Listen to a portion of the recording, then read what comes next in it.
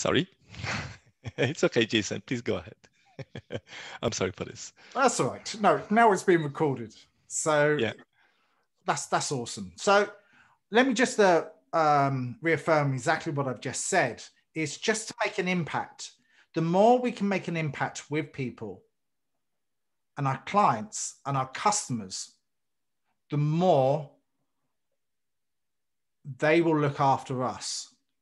And the reasons why we do this is we make an impact with people. And the more we make an impact with people, as if they're almost our friends, but they are colleagues as well. But we have to work around this to make our personal and professional lives have to go slightly side by side. But you need to know a little bit more about your clients nowadays. And as I said a little bit before we went live, the days of this old 1980s approach, shoving them in the corner and then doing the yes ladder with them and making sure that they agree and everything else like that that's old hat. We don't work like that. I don't work like that. And when I teach people, I want to make sure that they understand how to connect with people and using some really good soft language, but people skills. They call them soft skills, but I call them people skills, high level communication that makes people think and make people buy from you. The days of selling, I think it's all about serving others to get what they want, not what you are pushing them to get, because you're there as an advisor. You're also there as an educator. You're also there as an influencer in the right way. And everything's got done with respect, authenticity, likability, trust. And I don't work with people that I don't trust. So it works in all of these areas. So I have a presentation, but I'm probably going to dip in and out of it because the stuff that we're going to be talking about today is going to be making an impact on the listeners' lives, because I want to make sure that they shine and understand how we can possibly connect a little bit further inside people's brain and understand how that works. Oh, that sounds really interesting. I wonder what kind of presentations you're going to show us today. Wow, that's all going to be part and parcel of the fun, though, isn't it? It's making sure. Do you want to find out a little bit more about me, or shall I go straight on to the presentation? I think our users and the listeners would love to hear something a little bit more about you. Like, for example, what is the passion behind your business? Why did you start it? Because you were at some stage as well the startup. So what kind of drive and the dream did you have to start what you're doing right now? Look, back in about 2013, something wasn't working with me. I don't know. There wasn't something. Maybe I lost my mojo. Maybe I lost my purpose. Like being at now, it's 25 years in sales and marketing. But 2013, I just decided to develop myself and go back to college and do a business course, and then I did a few other courses on top. Then I just found a little bit of a niche here. I like to give forward. I would say give back, but I like to give forward. And what I did start to wonder and what I did start to like is teaching and inspiring people to change and inspiring people to make a difference. So decided to learn how to train and coach, but from a psychology point of view, because I want to make an impact and I want to build a habit. I want to make sure that people learn and grow. So now I work with lots of small to medium-sized enterprises locally in Ireland, in the UK, across America, and elsewhere. So I just found my little purpose in life, which I like to do. And what I mean, it's you have to connect your dream with your passion to find your purpose. So in life, you can just stall and just carry on day by day, but you have to be really into it. And you can probably tell I'm quite animated by it because I actually love to do what I do. So when I work with salespeople now and business people, when I coach and train, I want to find out initially what their dream is, what their passion is. And the reason why I like to do that, then we can find out what drives them forward. And then what drives them forward is going to inspire them to sell more and be a better people person based on trust, respect, and being themselves. So the more you can be yourselves, especially in these roles, and if you're less robotic and whatever, then the better that you're going to make an impact on people's lives. And that's what I want to do when I coach and train people. Trust, respect, and a lot of authenticity behind that. And I mean, being yourself. Authenticity is being thrown around a little bit more, but I want to make sure that they get that and they really drive forward with that. So phenomenal amount of people that I work with. I also have my own podcast, which has been voted the top 60 sales podcast in the world, or up and coming, should I say. There's slight distinction between that. So I got that, and I've been awarded by Corporate Vision magazine in the UK as one of the top sales trainers. I don't know how true that is. It's really rewarding when the people start to noticing you, when you have your dream behind it and you're doing that with a passion, isn't it? Yeah. It's something beautiful. Yeah, it's like what you're doing here and what you've done with your business, the Irish Directory business listing. Mm-hmm. So that's exactly what you've done. You found you love what you do, and now you're connecting your dream with your passion. So yeah, now I was always passionate about the web design and helping the people.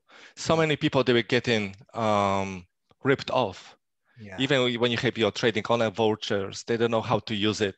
And that's why the Irish Directory is kicking in to help the little lads, to give them assistance, give the access to the people like you, that they are coaches, they can help them, they can provide them with the support to the sales or how they can evolve as a business. Yeah. Like so many small businesses are struggling even to get the access. Yeah. Yeah. And it's getting the right access to it and really having a rich understanding how it's going to benefit them and what they need to do to then market it, especially if they're doing the trading online vouchers, which the local enterprise. I did that with my website last year.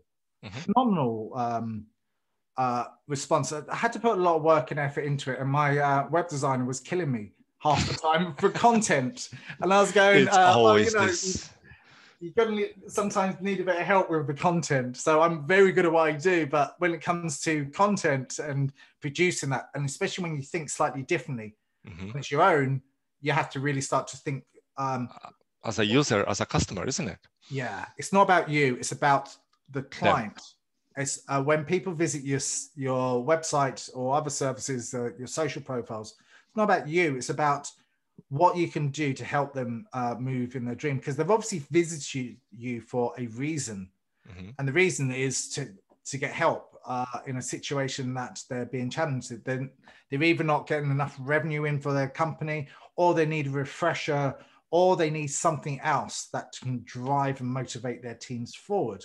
So now it's a good time because there's businesses out there that need to just get that kickstart and that injection, that fuel, that fire back in their belly after this last 18 months of not really knowing what to do.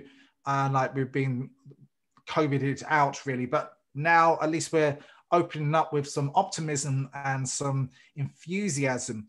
I'd like to feel that I might be a cog in that wheel somewhere, just to push people forward so they can start to get the Irish economy back. It's not only the Irish economy, it's the international economy as well, because every economy is slightly different. But yeah, just we need to start from somewhere. Yeah, exactly. So yeah, things, and I've been sitting in your shoe as well, because I was a client of the Guinness Enterprise Centre, as we spoke once before, and they're phenomenal as well. And I was working with a client there, and they helped myself and the company I was working with to go to Silicon Valley to do some project management and to engage with venture capital companies and all of that. So I've been in your shoes as well, so I know what it's like. But I love what I do. Yeah. It's just such a pleasure to give something back to the community. Yeah. Like I moved to Ireland over 15 years ago, and Ireland was always helping me out. And right now is a time to give something back, to help to recover as well. Yeah, no, exactly. Absolutely. And it works that way. So I think we have to, we need to, just for our own sanity, really. So it's just to give value. It's always about value and how much value we can get and what the emotional connection we can give forward to other small to medium-sized enterprises locally and internationally, I think. Yeah, to give them the assistance that they need. Yeah, absolutely. Absolutely. So all good. I'm so excited for today. Oh my goodness, I cannot wait. Because I love the sales. It's such a beautiful category for the sales. Yeah. So many people, they don't understand the sales. They're thinking that they need to push the product. They need to push the product to the customers. It's only sales. Yeah. What is the beautiful about the sales, in my personal and professional opinion, is that you can connect through the sales. You can connect to your customers, to use that kind of relationship that should and will help you to grow in the meantime. Yeah. No, it's all about, it is, as I said before, it's all about the relationship. And the key areas that I like and add value is relationship building. Because, as I said before in the start, relationship building is like a consultation. It's complete consultation. It's ringing people up, get on the phone and speak to people, make that personable connection with them. But it's also about having that collaboration with them as well and understanding the trust, the accountability, but you're the expert. You're the expert that knows the product. You're the expert that knows the services. You're the expert. You have to be accountable for what you do. The days, again, of going back many years ago where marketing would do their bits of effort and then sales would be over there and they would hardly ever talk to each other. There'd be a bit of fighting against each other. Oh, you didn't do that. You didn't do this. Now today, it's a collaboration. It's a collaborative approach. Sales and marketing work together. They must work together to drive through to the same message and the same communication. So now today that the customer are more educated than ever before. What I mean by that is, if you go searching for a new car, as an example, you probably sit at home doing your research before you actually pick up the phone and make an appointment to go and sit in the car. So what I've basically done, the marketing efforts, they're out there, all the Google searches and all of that. Then you find your local garage or a garage which is 100 miles away or whatever it might be. But you're searching for something that you want. So you're searching for that dream that's inside your head. And then you do research. Oh, I want this sort of car. I want that, and I want that, and I want that, and I want it to look like that. Then you've done all of your research, and then you go and see a salesperson or you go into a showroom. Then that's when the magic happens, or that's when the magic should happen. So it's down to the salesperson now to create those feelings and create those connections with the dream. And it's all about the dream inside the head now. It's all about what you're imagining. It's all about creating those sensations with visual stories that's going on in your head. And once the salesperson says, well, sit in that car, and what you're doing in your head, you're visualizing driving down with the kids in the car, going down country roads, and it feels nice and comfortable. You're switching on the air conditioning, and the air conditioning's coming out. You feel nice, cool against the skin. You can press a few buttons on it because it's an electric car, and it gives you a full-on map of what's going on. You can see that, especially if you're into technology like I am. You can see all the things happening on the screen there. You're pressing a few buttons in there, and it just cruises off down nicely. See the battery going, and you see the speedo, and when you push your foot down, you slightly press against the chair, and you're feeling that sensation. And once you wind the windows down, the fresh air comes in, and you start to feel the smells, the beautiful smells of the countryside and all of that. And before you know it, you're actually in there. This is how visual storytelling works. This is how we engage people. So visual storytelling will be more like through the media and graphics and photos, or directly with the sales, to imagine the vision that the customers have and relate to those as a business owner. Absolutely. It's really understanding how you can create compelling stories inside people's minds Mm-hmm. and how you can use the sensory experience behind that. And what I mean by that, when I talk about senses, we know there's 5 senses, and some people say there's a 6th sense, which is the third eye, where the mirror neurons are in the brain. But when we start to think of it, we use our senses all the time. You know, you're sitting there on the chair. You know, you can feel yourself comfortable there. You can probably feel yourself on the back. You know, you've got headphones on because you can feel it. You know, you can hear me right now because you've got the headphones on and you can hear me nice and clear. And the audience can hear me nice and clear, but they can also see me as well. And once they see me, they start to get a feeling associated with me, whether they like me or hate me or whatever. And all of the information is going through their brain at the moment, and they're creating their own pictures about me or their own videos or whatever you want to do it. So now you've got an immersive sensory experience. Mm-hmm. So if you can add those in to a conversation that you have, the more likely that you're going to create that element of likability, trust, and engagements.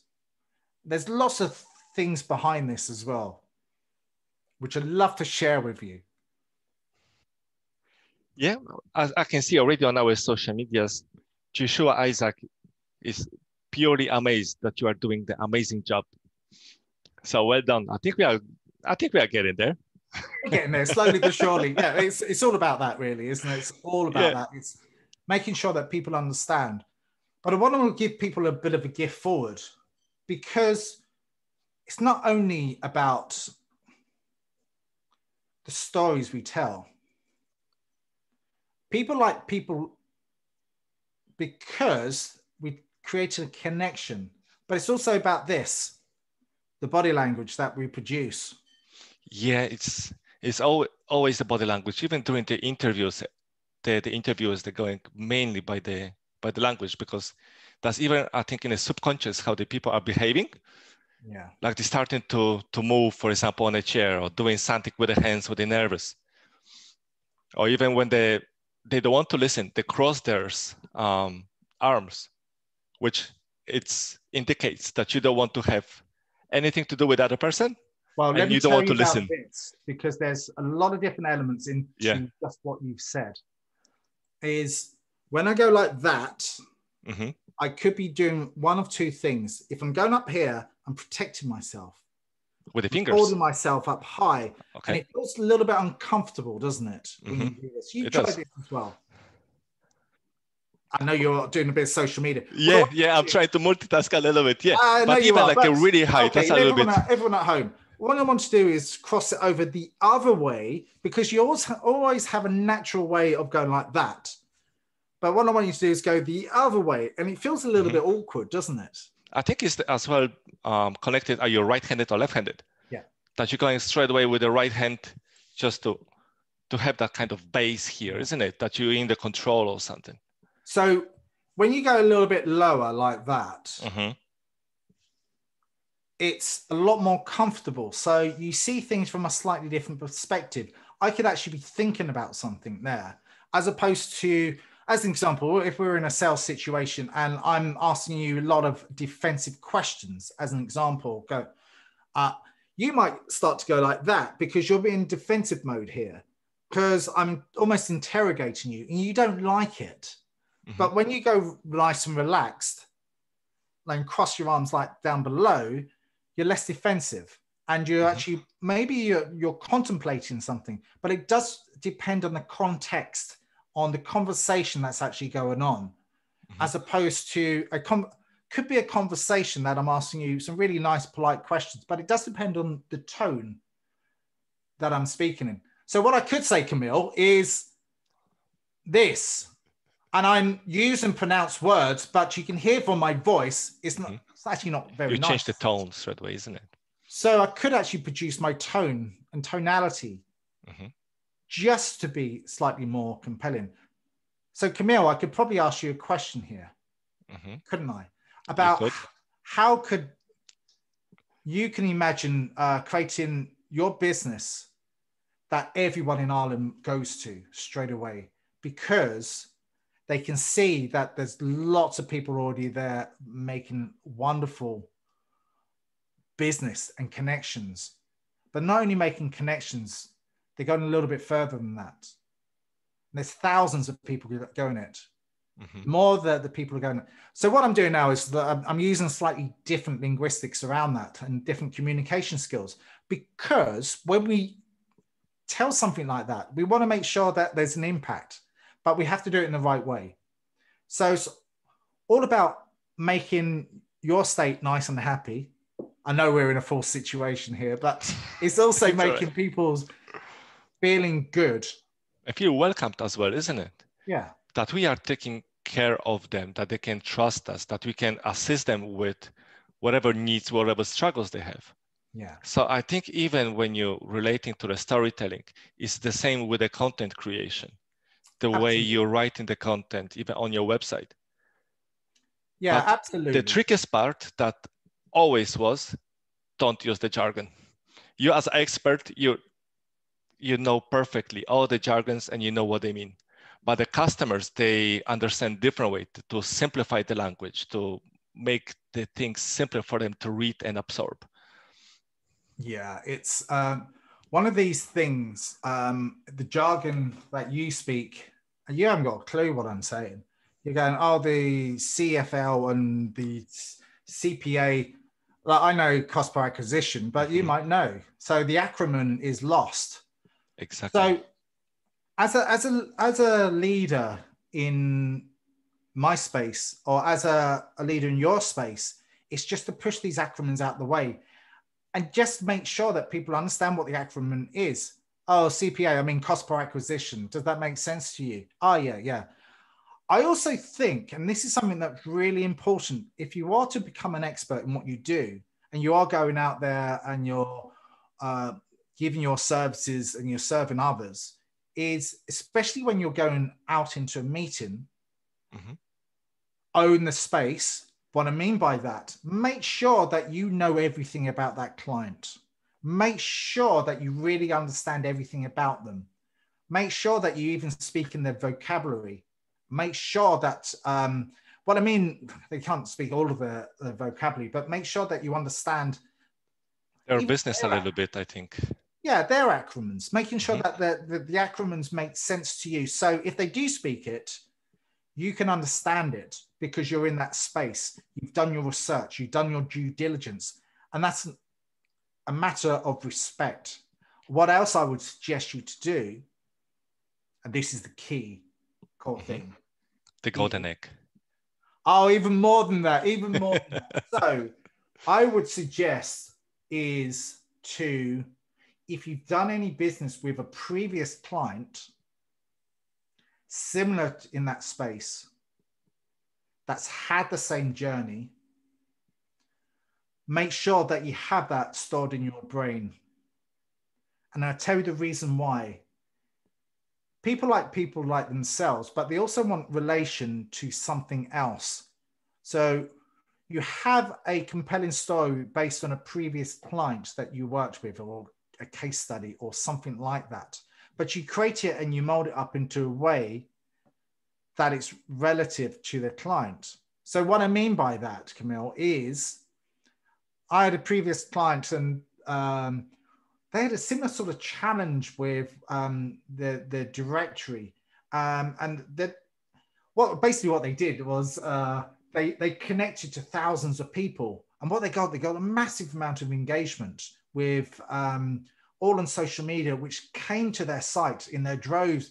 And there was a huge amount of people that went on there in the end, and they were making really good business. Similar to you, Camille, and what you did. Look, I made all of that up. But what I mean by that is I'm relating something to you, which is relevant to you. Now, so Camille, tell me about what you do. Tell me about how you got started. You would like me to go right now? Oh, I'm hypothetically going it now. It's throwing a question back to you because what I want you to do now is tell me a story. So my passion behind the Irish directory and was to help the businesses, was to help them during the difficult times that they're going through. Yeah. So I put it all my time, all my experience, my past experience in the user experience design, working with the small businesses, what they were looking for. I'm designing the websites for over 10 years for the small and medium businesses, creating the custom platforms and custom designs for the clients. Yeah. And based on all the requirements that were always requested from all the clients individual, we put it everything to the one platform so the people can have all what they need as at the affordable price, and at the same time have the support and the assistance that they need during the business. Brilliant. I felt like I'm interviewing you then, but make a bit of fun. But I'm making a bit of fun of it in a good way, because when you're actually with a client, you want to make sure that they tell you as much about them, but also from how did you get started in this, Camille? So these are the sort of questions that you need to ask. What did you do? What inspired you to do this, Camille? Because this is phenomenal, isn't it? Yeah, it is. But I think even when you're asking those questions, it's much easier to understand the client, to understand from where they're coming from, what was the dream behind it, what was the drive behind it as well. Not everybody are creating the business. If it would be easy, it would be without the challenges everybody would do. Yeah. So that's why you need to have that self-drive towards the business and the confidence as well. Yeah. But to gain the confidence as well, it's related as well with, like, for example, my wife is always supporting me hugely. Yeah, go ahead, do it. It's gonna be all right. We're gonna go through it. And then if you have that assistance, you have that kind of pillar that you can go to for good words or for any support. Yeah. That's just beautiful thing to have. That's why it's important with what kind of people you have around you, what kind of mindset they have, because with who you are hang out with or going for a pint, whatever, it's how your mind is gonna go. Yeah. You know, in what kind of direction it's gonna go. That's your influencers, that's your surrounding. So choose carefully the surrounding based on who you want to be in the future as well. Absolutely. And the podcast that I've done in the past, I interview a whole load of global leaders, and they all there's a pattern going through them all with what inspires them, what motivates them, what makes them do what they do. And there is a big rich pattern in how they create their business and how they inspire others. And it's all about that, exactly what you've just said. I think the biggest thing that we can do as you, I, and lots of other people even listening to this is to use our ears, to use them in the way that they're meant to be. And what I mean by that is listen to understand, not listen, oh, I need to go to McDonald's after this. I need to go and get some coffee in a few moments. Oh, yeah, this bloke is really great, wonderful, but oh my God, I'm just checking my phone here, or whatever's going through your head. The more you listen, the more you know, the more you know, the more you understand, the more you can connect with the other person, because then you can recall exactly what has just been said, can't you? So it makes a big impact. So the biggest skills that salespeople need in 2021 and beyond, but I don't think it's ever changed, but I want to make an impact of people, is actively listening and understand, and then you can create a really wonderful, compelling story based on what you've just heard and bring the customer in to the experience. Obviously, you need to understand your product. That comes up with credibility. Need to understand what you have, and you're an expert in your field. You know more than the customer, as much as the customer is really educated in what it is, but they might not know about certain things that is relevant. Always make it relevant to them. Always understand. Jason, we got one question from one of our listeners on the Facebook. It's Emmanuel Pereira.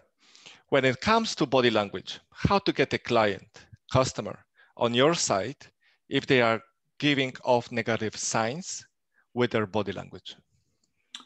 Okay, I tell you where we're at the moment in this world is the world of body language has actually changed. And I'm going to answer that question in a few seconds. And the reason why it's changed over the last 18 months is obvious. And I tell you why that is because we're a lot more invasive now in avoiding people. Mhm. So even when you're talking to people, even your neighbors now, our body language is slightly off because you don't want to catch the coronavirus. You don't want to get the germs. You don't want to get this, that, and the other. That's what's gone on in our heads. And our body language globally has changed. You walk down the street and people avoid you now. They don't connect with you anymore. As much as you want to, you really want to, back in the back of your head, it's saying, no, I don't want this. I don't want this unless there's a... So to really get people connected, obviously we can't, we have to go like that now. The key thing is to open up your body language. If you're connecting with people, if you're not connecting with people, the body language is going to be closed. So linguistically, you have to be open towards different suggestions. You have to be open to really understand, make them do something that opens up their body language a little bit. So whatever that open might mean to you. So if for a second I just leaned in to the screen in a way, just a little bit more focused. Come in here for a second. So Yes. what you might actually start to discover that what we We're actually going incognito. We're going one-to-one. Nobody going listens. one-to-one in the online world. So we're actually making a connection here. Yeah. So what you might find, our tone might be slightly lower, but we're making a good connection here. So there's certain things you can do, especially in this screen that we're in right now, is to really make a good connection with you. Key thing is obviously look at the camera all the time. Yeah, we need to be all the time here. So it's to make that personal connection. So when the body language is closed, you have to do things to open it up. If you're in the real world, you have to give them something to make them open up. Yep. Or you have to use your language in a slightly different way. But when we actually start to lean forward a little bit, you'll notice that you want to actually automatically engage going forward and lean forward. And I'm sure there's people in the audience actually leaning forward into the camera as we speak. I wonder. But it's a subtle shift in what's going on inside our heads, and just to make people aware of that. And just even like to listen more carefully, isn't it? We're coming a little bit closer. It's like, what did you say? What is it? Exactly. So another thing about the storytelling that we do is the tone of our voice. Always. It's okay for us. I notice I need to speak, for example, slower, because I'm always chatting really quickly, and people started to have a problem to understand me. So that's, for example, from my tone of voice, I had to lower it down and start to speak much slower. And people start to engage more and start to understand more what I'm saying to them in relation to any topic, any subject, to be honest. Yeah. And you notice what I've done, actually, I've really slowed down, and you've actually copied what I'm doing. No, but I'm always slowing down. Yeah. That's what I'm saying. So that's another thing that you could possibly do, is to pace and rhythm of your language as well. So you can quicken up just to make it more engaging around what you do and what you say, to make a really point of enthusiasm. You don't necessarily have to speak fast, but you can actually speak slowly, but you can make it more pronounced by how you actually speak, and make sure that the other person's really, really engaged with how you say things, and say it in the positive ways and positive tonality as well. Like, incredible, fantastic. This is going to be wonderful. When you you can as well, I think, as well enhance whatever you are saying and accenting the words, to use as well your hands to express yourself. That's going to you. That's what I meant when you're doing a little statement as well. Yeah. That helps to connect much better with the customers. So it's also about positive and negative. So what I mean by that is we all have wonderful customers that are absolutely incredible. Well, every now and again, there could be challenging customers, but wonderful customers that are really good for you. Then we have a look at our competitors. which is fine as well, because the way to look at it, they're also friends as well, and treat them as friends, but just focus on what you're doing. And But the that would more be you start tricky. focusing, That would be tricky to treat your competitors as a friends. but I've never trick any competitor, No, you because don't need to trick them, but you still want to overtake them. yeah, you want to make sure that you give impact to your customers. But I think you need a little bit of mutual respect. And I tell you the reason why. If I can't work with a client just based on the needs that they want, I would refer them over to someone else that can do what I said. And that, I think that's the way of the world, is to make an impact, but also respect others. If you can't do it, and this is for everyone that's selling products and services, if you go and you're speaking with a client, and I'll give you an example actually, is I've been looking for a bike for absolutely ages. And the salesperson that I went to just wouldn't, he was talking at me all the time. I couldn't get a word in edgewise. I just didn't, I went up there a couple of times. I just got that funny feeling. He wouldn't refer me over to anyone else. He wouldn't give me an example. I went to somewhere else, and they just said, "Look, there's a problem with bikes around in the globe. Actually, you're not going to find what you have here. We can build you something, but you're not going to get what you need." And what they did, they suggested to me, "I think you should go over there to this other bike shop. I think they probably have what you need, exactly what you're looking for." And for me, that shows an utmost respect to your competitors, because it's no point putting a square peg in a round hole, because you just don't do that. So it's respect. And again, if I can't fulfill a client's need, I'm more than happy to refer it over to someone else, rather than me making. I could probably design and do whatever I need to do, but respectfully, you might just say, "Go over there." And I've done that before. I did this about a month ago, because the client said they wanted this, and I was going, "I don't think that's for your needs. I think your needs is there, but you want that." I said, "I can definitely do that. I can do that as well. But I think I'm going to bow out of that, because I don't think it's going to match your needs." I said, "I can do whatever you want, but I want to make sure that you're satisfied. So if I can refer you over to someone else within your country can do that for you, I'm more than happy to do that." But that's, I think, as well, the respect towards the customer, isn't it? Yeah. To help them to achieve what they want or get what they want, isn't it? And it's all about getting what they want. And this conversation that we've been speaking about, it's not about you. It's never about you. It's helping the customers get what they want. Exactly. And that's the reason I said that with the analogy and the metaphor with the bike, and the story that I told about that, is now it's gonna, I've got high respect in my head for the other bike shop suggesting that I go somewhere else. And I did. I actually bought a really lovely bike. Thank you very much. And that was lovely. And now I can go out. But in my head, I was automatically cycling around in this bike in my head. And then I put a deposit down, and I wanted it really quickly then. Yeah, it's quite tricky. I was buying the bike as well recently. It's so hard to get anything. Yeah, there's a shortage around the globe for parts. I think because everybody are cycling right now. During the pandemic, everybody had more time. They could get out. They could, for example, do some sports, spend some time with the family. They say, "I'm taking my little guy, just putting on a back and cycle around the neighborhood." It's just something beautiful, but still towards the client, how you are referring, it's really good practice. Even in the web design business, if you're not able to provide what they want, maybe at the price that they are looking for, it's always better to refer to someone.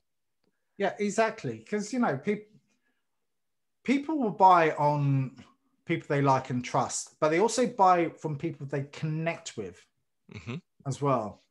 So what you've done and what the client's done and what I've done before in the past, I've actually connected with them. And basically what that means is I've got that element of trust now. And that's what I want to build with people, is trust, but also respect to say, no, I can't do that. I'd rather go, there you go, point it over there. And what I've done is they're going to say, well, Jason didn't sell to me. He didn't do anything like that. But what he has done, he's given me the opportunity to say, no, that's fine. That's cool. I'm going to go somewhere else. And you directed me somewhere else. But in the future, I'll be thinking of Jason, or I'll be thinking of Camille, or I'll be thinking of that bike shop down the road, or whatever it might be. I think that just shows to throw your ego down to one side and just start to think rationally. That's absolutely true.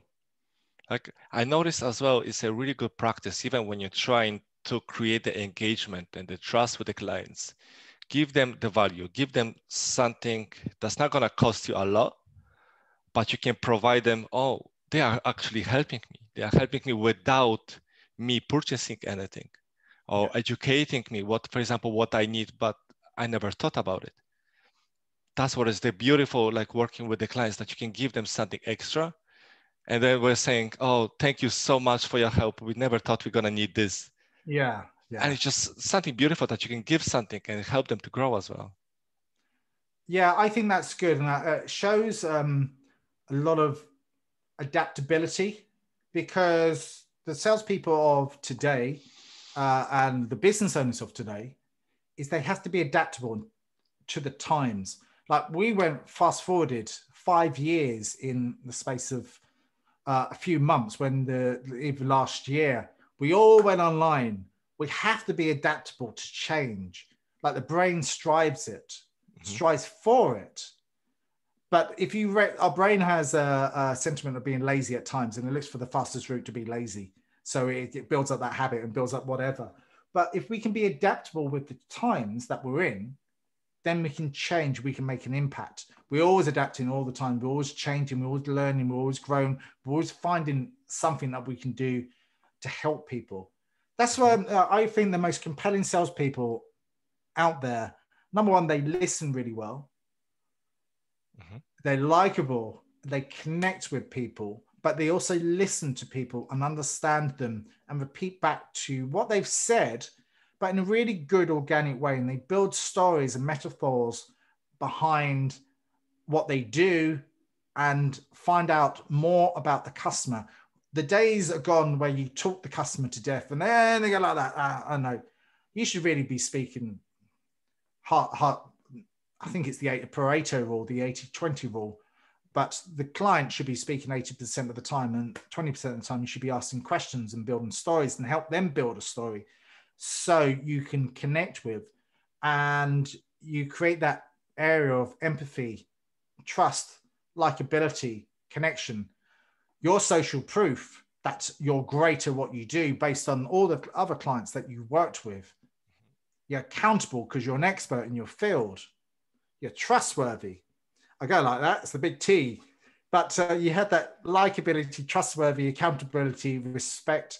But you can also shove in there a bit of social proof based on how experts you actually are and how you can read that you're different to anyone else based on what you know and the knowledge that you have. Absolutely agree on this. Oh my goodness. So yeah. So I was gonna. Let's do it.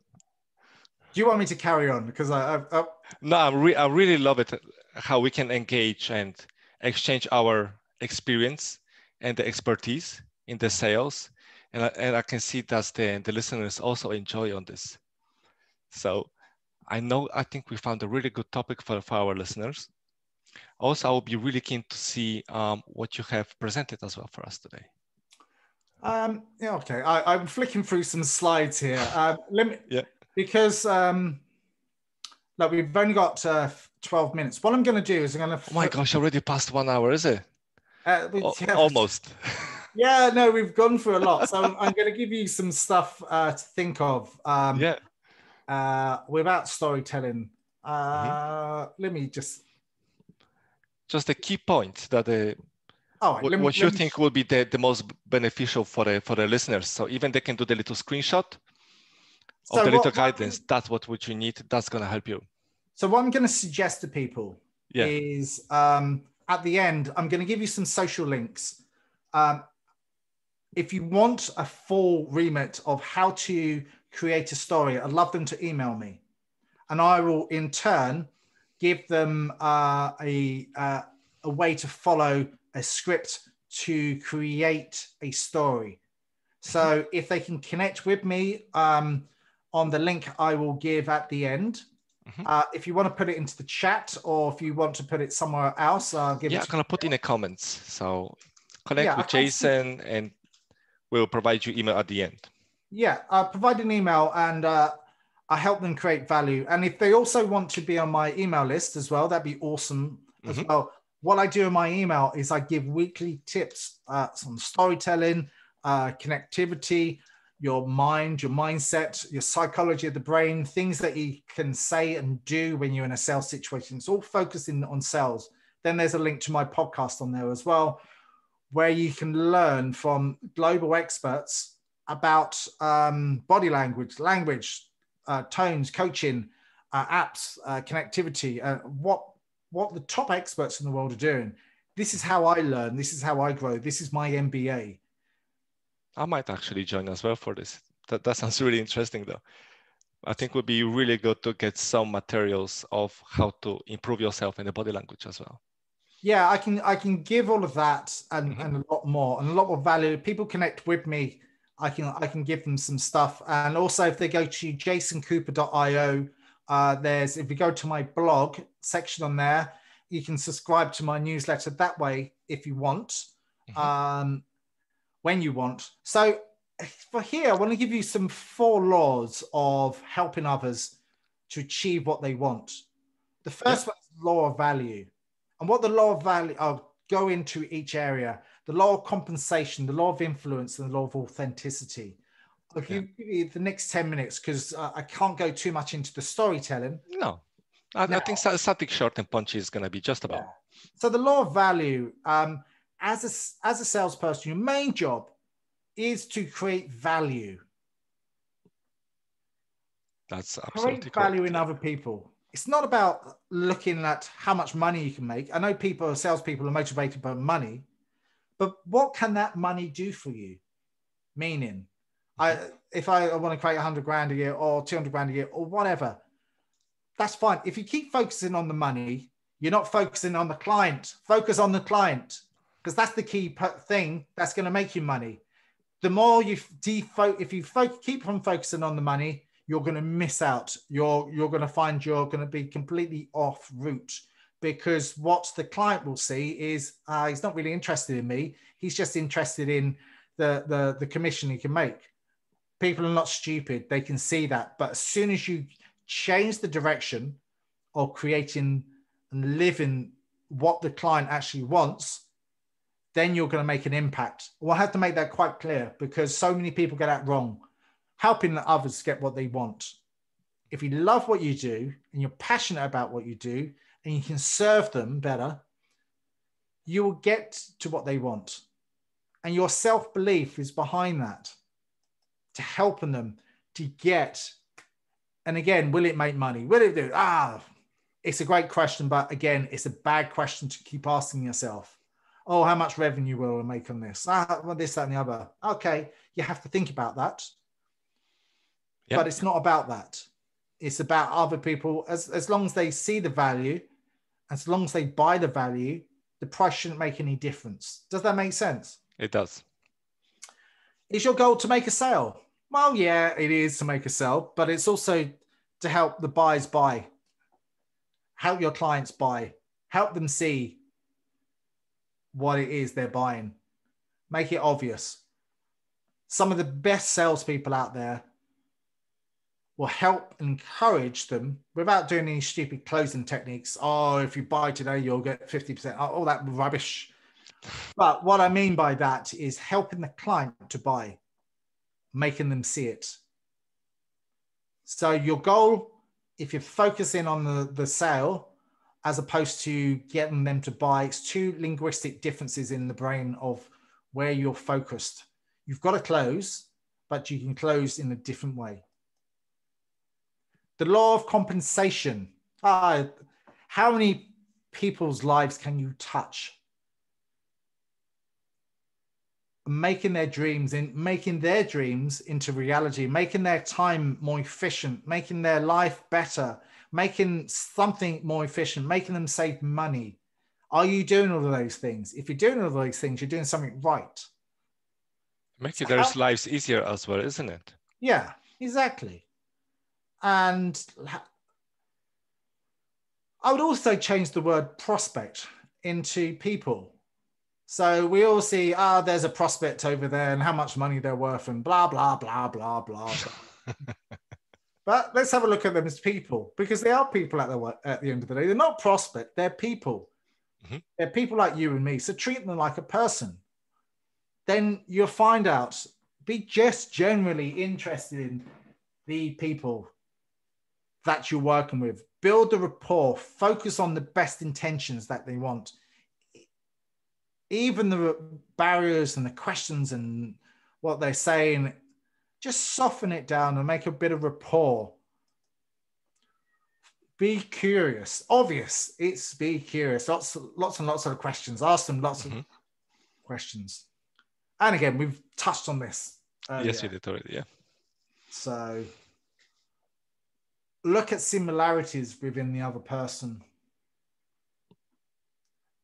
Like between me as a business owner and the client to look for the similarities, is it? Yeah, absolutely. So look for similarity. Rapport is the biggest thing that will help you. When have you bought something off people that you don't like and you can't connect with, or they're just closed? I'm sure we've all had that, and you go, I'm not going back there. Or a restaurant that you go to and the waiter doesn't connect with you. He's just giving you yes and no answers, and he doesn't make you feel special. Oh, yeah, or even feel welcomed, isn't it? Yeah, exactly. Or they welcome you as they come in. They're really polite. How are you doing today? Mm-hmm. One of the biggest things that you never say to them, how are you today? Not about how am I, but how are you today? Mm-hmm. So just be self-conscious that you're not being manipulative, but you're investing a lot of time in them. Obviously, you've got to look after yourself as well. So a lot of influence. I'm just going to give you some of that. People like people that they know, like, and trust. That's obvious, really. But do what there's different types of people in the world. Like, I'm not the same as you. You're not the same as me. So on and so forth. Some are more analytical thinkers. Some are more sort of rational thinkers. Some are more creative thinkers. We all work in different ways. So you have to make some connection there along the way. Influence carried through having that collaborative effort with each other. So sometimes it's about who you know. Sometimes it is. Like if you're working in a localized business and localized orientation, you can always tell people who else that you're working with. That makes a massive difference. But it's also about everything else along the lines of your trust, credibility, and all of that sort of likability and all of that. So that makes a difference. Mm-hmm. Your market, friends, that's sometimes as we know, Ireland's quite a small place. So if you do a bad turn in one place, it will follow you around, because everybody knows everybody, isn't it? Everyone knows each other. Everyone knows each other, and you just cannot make a mistake like that. Even in a bigger place, even in the UK, like you just cannot make make a mistake, especially if you're dealing in a specific vertical. Mm-hmm. And you just don't want to do that.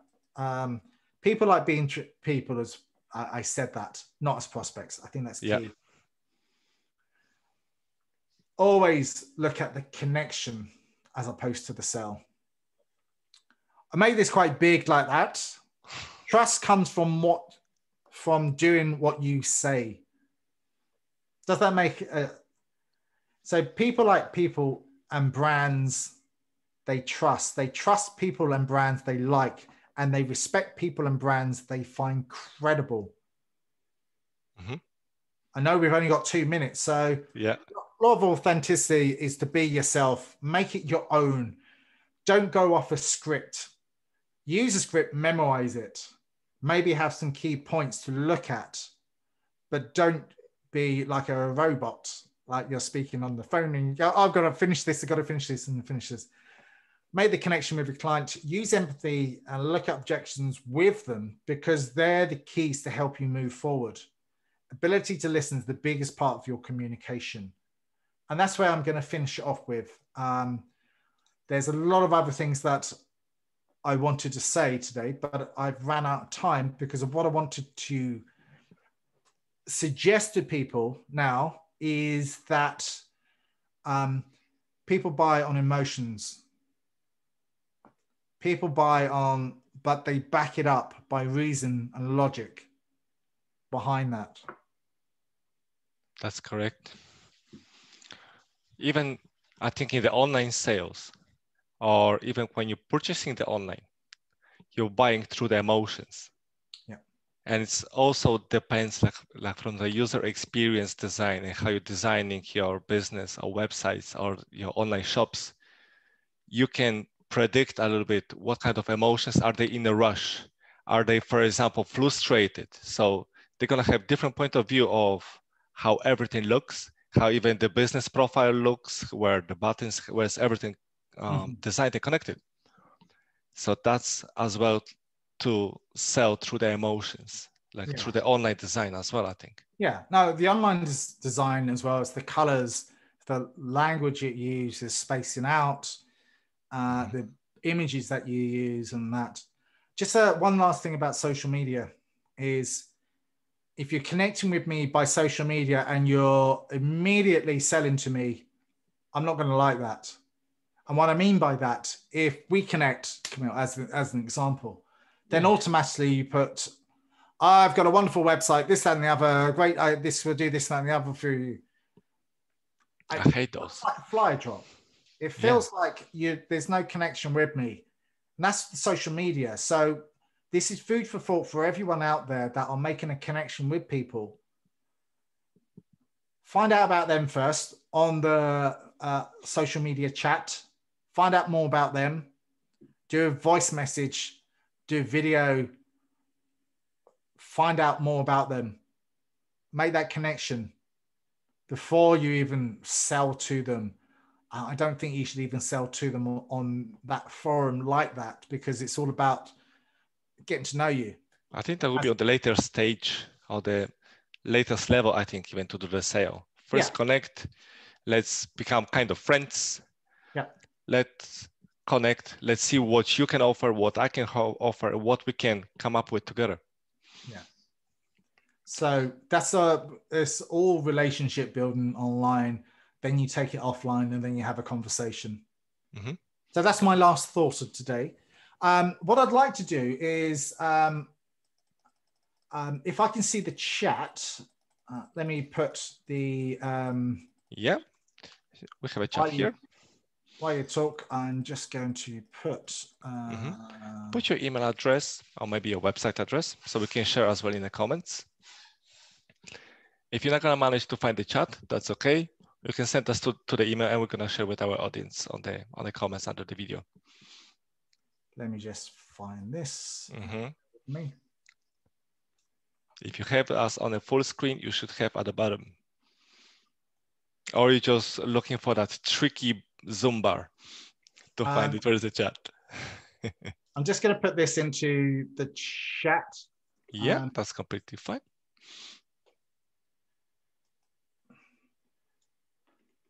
So if everyone goes into the chat now, they'll be able to see my links to my email, my podcast, iTunes, Spotify, YouTube.